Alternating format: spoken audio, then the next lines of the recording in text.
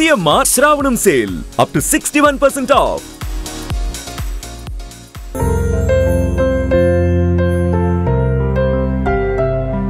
Hi hello welcome to Suman TV. నేను మీ Roshan. So present మనం సబితా ఇంద్రారెడ్డి గారి ఇంటి దగ్గర ఉన్నాం అనమాట. నిజంగా చెప్పాలంటే సబితా ఇంద్రారెడ్డి గారి పేరు చెప్తే రెండు తెలుగు రాష్ట్రాలలో పరిచయం అక్కర్లేని ఒక పేరు.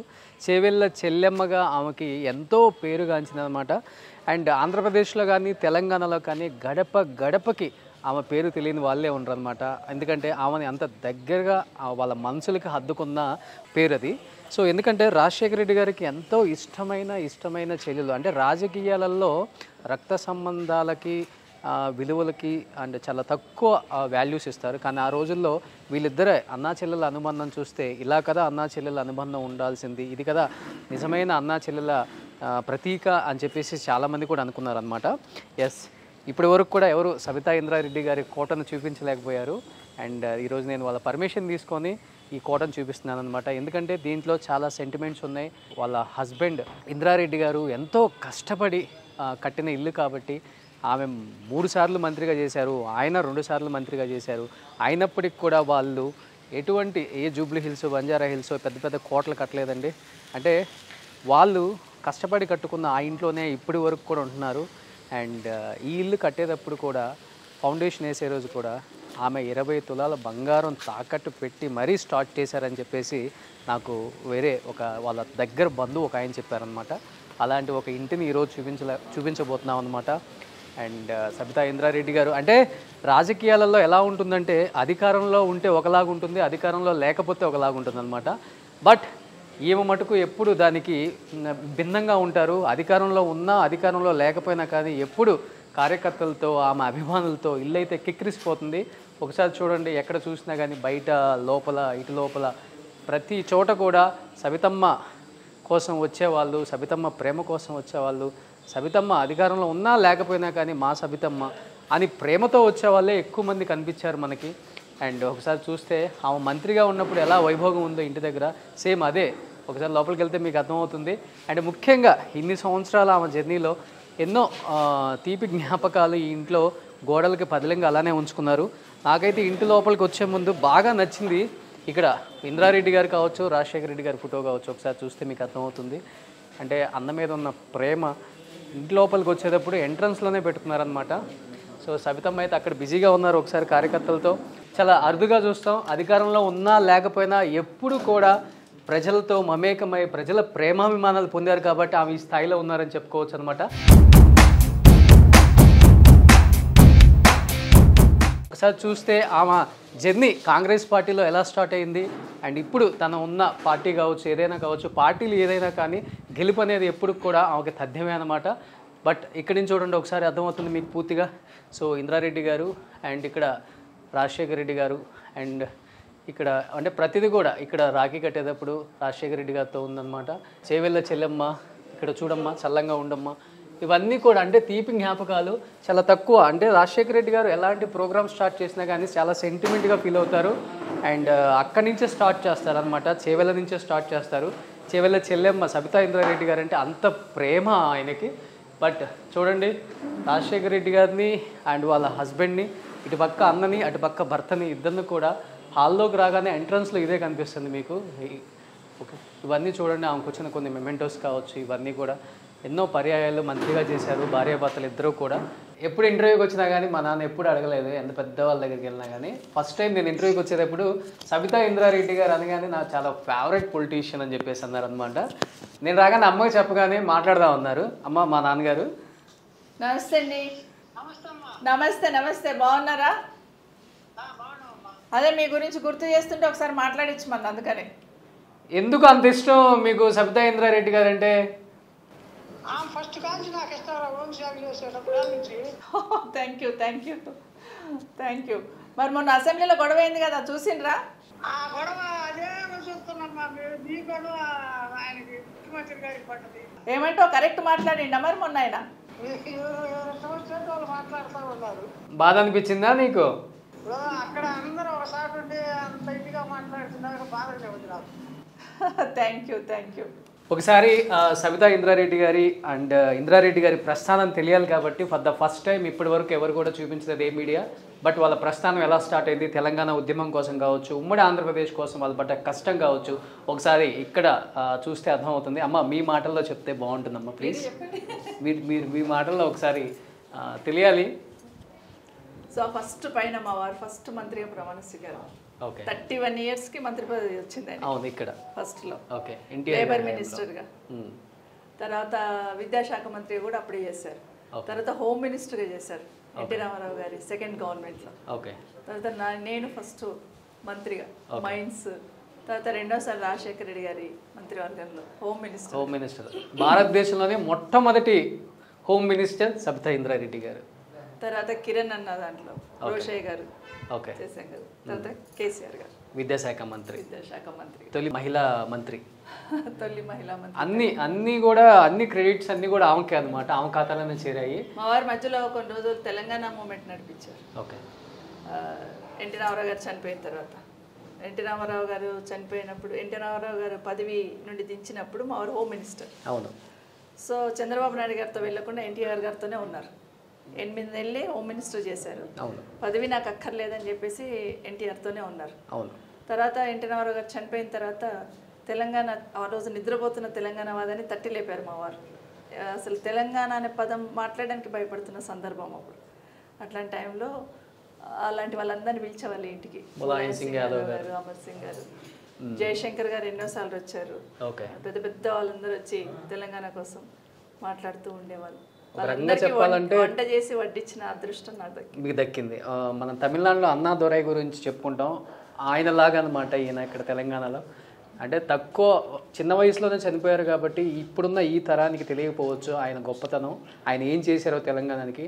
ఒకసారి చరిత్ర చూస్తే తెలుస్తుంది. ఇంద్రారెడ్డి గారు తెలంగాణకి, ఉమ్మడి ఆంధ్రప్రదేశ్కి ఆయన పడ్డ కష్టం ఏంటో కూడా ఒకసారి చరిత్రలు తిరగ రాసింది ఆయనే. ఒకసారి బ్యాక్కి వెళ్ళి చరిత్ర చూసినా కానీ వాళ్ళ ఫ్యామిలీ హిస్టరీ ఏంటో, వాళ్ళేంటో కూడా తెలుస్తుంది అనమాట. ప్రాణహిత చేవిల్ల సుజల స్రవంతి. నిజంగా బహుశా రాజశేఖర రెడ్డి గారు మీకు అంత గౌరవం, సుముచిత స్థానం ఇవ్వకపోతే ఈరోజు గడప గడపకు మీరు తెలిసిండే వాళ్ళు కాదేమో అనిపిస్తుంది మాకు. ఇప్పుడు చెప్పారుగా మీ ఫాదర్. అవును, చెవిలో చెల్లెమ్మనే తెలుసు. సో లోపల ఇంకొన్ని ఉన్నాయి, చూద్దాం. కొన్ని చోట్ల మెమెంటోస్ చూస్తే అర్థమైపోతుంది అదేదో తాత్కాలికంగా గోల్డ్గా పెట్టినట్టు. కానీ ఇక్కడ మీకు కొటేషన్స్తో ఇచ్చారు, అది పర్ఫెక్ట్గా మీకే యాప్ట్ అవుతాయి అమ్మ. మా సోదరులు ఇచ్చింది, జర్నలిస్టులు ఆషామాషిగా ఎవరు చూడండి. ఆ కొటేషన్స్ కానీ, ఇక్కడ అన్నా చెల్లెల అనుబంధం, ఎన్నో జన్మల పుణ్యబలం కానీ, చెవిళ్ళ చెల్లెమ్మ గోదావరి నీళ్ళు తెస్తానమ్మ, అది ఇప్పుడు నిజం అవుతుంది. ఎందుకంటే హిమాయత్ సాగర్ లో మొత్తం ఎండిపోయి, గండిపేట హిమాయత్ సాగర్ మొత్తం ఎండిపోయి, మొత్తము మట్టి అంతా నిండిపోయి ఉంటే ఆ రోజు ఉపాధి హామీ పథకం అక్కడ ఇంప్లిమెంట్ చేశారు. అది హిమాయత్ సాగర్ లో చేసి అది తీసి ఆ బుట్ట నా పైన పెట్టారు. గోదావరి నీళ్లను హిమాయత్ సాగర్ గండిపేట నింపాలనేది ఆ రోజు రాజశేఖర రెడ్డి కల. దాని ప్లానింగ్ అంతా కేసీఆర్ గారు చేశారు. ఇప్పుడు ఏదైతే పైప్ లైన్ వేసి తీసుకొస్తాం, మూసిలోకి తీస్తాం నీళ్ళు అంటున్నారు కదా, అది ప్రాజెక్ట్. కాదు, ఇప్పుడు ఒకసారి ఎమ్మెల్యే అయిన వాళ్ళ ఇల్లు చూస్తుంటే కళ్ళు రెండు సరిపోవట్లేదు. అలాంటిది మీరు ఈ ఇంట్లో ఇన్ని సంవత్సరాల నుంచి మీరు ఆ వారసత్వాన్ని, ఈ ఇంటిని అలానే కొనసాగిస్తున్నారు. ఇంట్లో చాలా మెమరీస్ ఉంటాయి. అవును, ఇల్లు అని అంటాం తప్పిస్తే ఏ గోడ దగ్గర పోయి నిల్చున్న మెమరీస్ ఉంటాయి, ఏ తలుపు తట్టిన మెమరీస్ ఉంటాయి. ఆ మెమరీస్ ఇంకా ఎంత పెద్ద రాజభవనం కట్టుకున్నా దొరకదా. సో ఆ మెమరీస్ కోసమే ఇక్కడ ఉంటాను. అంటే ఇల్లు కడుతున్నప్పుడు మా వారు పడ్డ తపన అవన్నీ ఉంటాయి కాబట్టి. సో ఎక్కడ మాట్లాడుతున్నా ఇక్కడ మా వారు నిల్చునేవాడు, ఇక్కడ మా వారు కూర్చునేవాడు, ఇక్కడ కూర్చొని తినేవాళ్ళము. ఇవన్నీ మెమరీస్ అవి వేరే ఇంట్లో పోతే దొరకవు. పెద్ద భవనం కట్టుకోవచ్చు, అవును, కానీ ఆ జ్ఞాపకాలు అనేది, ఆ జ్ఞాపకాల దొంతరలోనే మేము బ్రతుకుతుంటాం కదా. నేను విన్నాను ఇల్లు కట్టేటప్పుడు డబ్బులు 20 తులాలు బంగారం పెట్టి సవితమ్మ ఆయనకు డబ్బులు ఇచ్చారు అని. ఇల్లు కట్టినప్పుడు కాదు, తెలంగాణ మూమెంట్ నడిపించినప్పుడు పాదయాత్రని అనౌన్స్ చేసిన తర్వాత ఇబ్బంది పడుతూ ఉన్నారు. అనౌన్స్ చేశారు పాదయాత్ర చేస్తానని, అందరితో కూర్చున్నారు, మాట్లాడున్నారు. ఇంకా 2 days అయితే స్టార్ట్ అవుతుంది, ఇబ్బంది పడుతున్నారు. ఆ టైంలో నేను ఆ పని చేశాను. ఆయన ఆశయం కన్నా ఎక్కువ ఏముంటుంది? అది శాశ్వతం కానీ ఇది శాశ్వతం కాదు కదా. గోల్డ్ ఏముంటుంది, ఎప్పుడైనా తీసుకోవచ్చు. అనుకున్న ఆశయాన్ని సాధించాలంటే అనుకున్నప్పుడే స్టెప్ వేయాలి, కానీ తర్వాత ఎప్పుడో వేస్తూ ఉంటే కాదు కదా. ఆయనకు ఒక కోరిక ఉండే తెలంగాణ గురించి తాపత్రయం ఉండేది, తెలంగాణ గురించి తపన పడాలని ఉండేది. సో ఆ రోజున అంటే పరిస్థితులు అనుకూలించకపోవచ్చు, కానీ ఆ తపన అయితే ఉండింది ఆయన. ఓకే, అంటే రాజకీయాలు ఉన్నంతకాలం ఇద్దరు మనుషుల్ని ఎప్పుడు కూడా గుర్తుపెట్టుకుంటారు తెలుగు ప్రజానీకం. ఒకటి ఎన్టీఆర్ గారు, ఒకటి రాజశేఖర రెడ్డి గారు. ఇది మా అన్న లాస్ట్ ఫోటో. నాకు ఇదే లాస్ట్ ఫోటోనా? హోమ్ మినిస్టర్గా చిలుకూరు వెళ్ళాను. చిలుకూరులో ఉన్నప్పుడు హోమ్ మినిస్టర్ డిపార్ట్మెంట్ ఆ రోజు ఈవినింగ్ ప్రమాణ స్వీకారం చేసినాం. డిపార్ట్మెంట్స్ మార్నింగ్ అలాట్ చేశారు. మార్నింగ్ చిలుకూరు టెంపుల్లో వెంకటేశ్వర స్వామి దగ్గర పూజ చేస్తున్నాను. మాకు మా పిఎస్ ఫోన్ చేశాడు, అమ్మ మనకు హోమ్ మినిస్టర్ ఇచ్చారు. నేను ఇచ్చా, హోమ్ మినిస్టర్ ఏంటి ఊరికే చెప్తున్నా అంటే, లేదమ్మా హోమ్ మినిస్టర్ ఇచ్చారు మనకు అన్నారు. కొంచెం భయం వేసింది. భయమా ఏంటి మరి, హోమ్ మినిస్టర్ అంటే మగవాళ్ళు చేయడానికే భయపడతారు కదా. సో ఇమీడియట్గా అదే ప్రసాదం తీసుకెళ్ళి అన్నకి ఇచ్చాను. అది ఉమ్మడి ఆంధ్రప్రదేశ్. అదే ప్రసాదం అట్లే కొబ్బరికాయలు తీసుకెళ్ళి అన్నకి ఇచ్చాను. ఏంటన్నా ఇట్లా చేసావని అడిగాను. ఏం చేశానమ్మా అన్నాడు. హోమ్ మినిస్టర్ ఏంటన్నా నాకు అన్నాను. నీకెందుకు, నేను ఉన్నాను కదా అని తలపైన చేయబెట్టి, నేను ఉన్నాను కదా నేను చూసుకుంటాను. 5 years ఎక్కడా కూడా వెనకడుగు వేయకుండా నడిపించారు.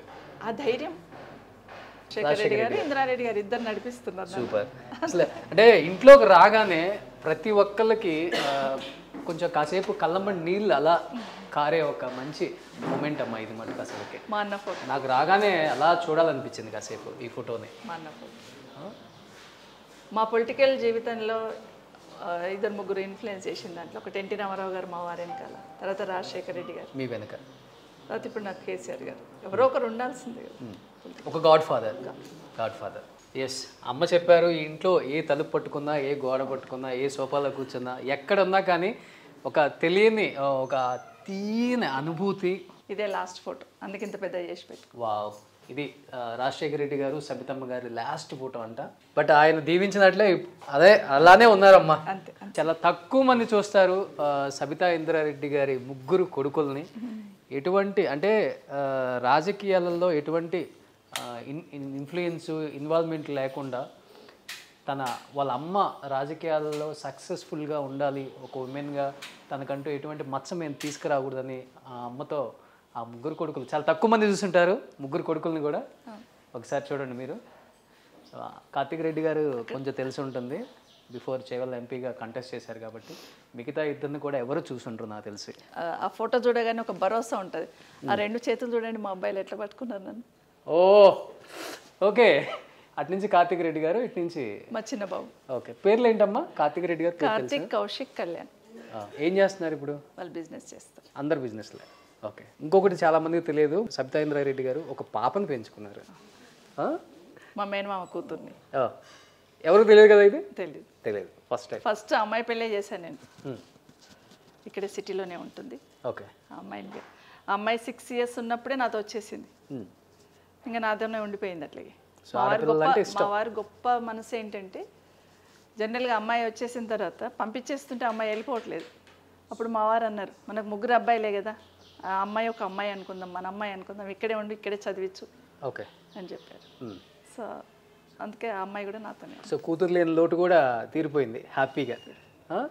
మల్లారెడ్డి గారు పెద్ద అబ్బాయి వాళ్ళ కోడలు ఉంది కదా, కోడల వల్ల బావమరిది వైఫ్. ఆయన మీ వారి మీద ఇష్టంతోనే కదమ్మా ఇంద్రారెడ్డి కాలేజెస్ కూడా స్టార్ట్ చేసింది. మా మేనల్లుడు చేసి. అదే, ఈయన మీద ఇష్టంతోనే. నిజంగా చాలా మందికి తెలియని కొన్ని ఇప్పుడు మనం రివీల్ చేస్తున్నాం అనమాట. సో ఇది అంటే చూడండి, అప్పటికి ఇప్పటికి ఇల్లు అలానే ఉంది, అదే టీవీ. అంటే ఇది ఒక మెమరీ. చెప్పారు పెట్టుకోవచ్చు, పెద్ద టీవీ తెచ్చి పెట్టుకోవచ్చు. అవును, కానీ ఇది ఉండాలి అట్లా. ఓకే, సో అట్లే పెట్టుకున్నాను అన్నట్టు. దీంట్లోనే చూస్తారా మీరు? చూడను కానీ ఉండాలి, అది ఆయన తీసుకున్న టీవీ అట్లాగే ఉండాలని పెట్టేస్తాను అట్లా. ఓకే, ఇంకా వేరే టీవీలు ఉన్నా కూడా ఇది మార్చాను. ఇది ఇంద్రారెడ్డి గారు తెచ్చిందే. అందరు అంటుంటారు పెద్దది పెట్టొచ్చు కదా, మన లేదు ఇదే ఉండాలి అని చెప్తాను. ఇవే మెమరీస్. ఓకే, ఇంకేంటి ఇంద్రారెడ్డి గారు తెచ్చిన మెమరీస్? చాలా ఉంటాయి, చాలా ఉంటాయి. అందరు అడుగుతుంటారు ఇదేంటి ఇది పెట్టుకున్నారని, బట్ అది మెమరీ. ఓకే, ఇంద్రారెడ్డి గారికి ఇంట్లో ఇష్టమైన ప్లేస్ ఏంటమ్మా, ఫేవరెట్ స్పాట్? ఇగో ఇక్కడే కూర్చొని తెలంగాణ కోసం డిస్కస్ చేసేవాళ్ళు. ఇక్కడే చైర్స్ వేసుకొని, ఇవే సోఫాలు, అందుకే సోఫాలు కూడా మార్చాను. అప్పటి నుంచి ఉన్న సోఫాలే? అప్పటి నుండి ఉన్న సోఫాలే.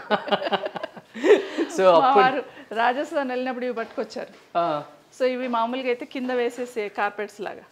సో నథింగ్ డూయింగ్, అసలు ఆయనకు షాపింగే తెలియదు. ఇవి తీసుకొచ్చారు జైపూర్ పోయినప్పుడు అని చెప్పేసి వాటిని ఫ్రేమ్ చేసి కట్టించి పెట్టేస్తారు. ఇంట్లో ప్రతిదీ చిన్నవి కూడా చాలా జ్ఞాపకాలుగా ఉంచుకున్నారు సబితా ఇంద్రారెడ్డి గారు. ఎవరికైనా ఉంటున్నది, ఎవరికైనా మెమరీస్ ఉంటాయి. ఇంకా మాలాంటి వాళ్ళకి బ్రతుకు దేని మీద ఉంటుంది, ఆ మెమరీస్ లోపల, ఆ జ్ఞాపకాల లోపలనే ఉంటాయి. ఓకే, సూపర్, గ్రేట్ అమ్మా. మీ గురించి ఇంకా చాలా తెలుసుకోవాలి తెలంగాణ ప్రజానీకం అండ్ ఆంధ్రప్రదేశ్ ప్రజానీకం కూడా. ఇంకెందుకు ఆలోచన, let's start the interview with Sabitha Indra Reddy.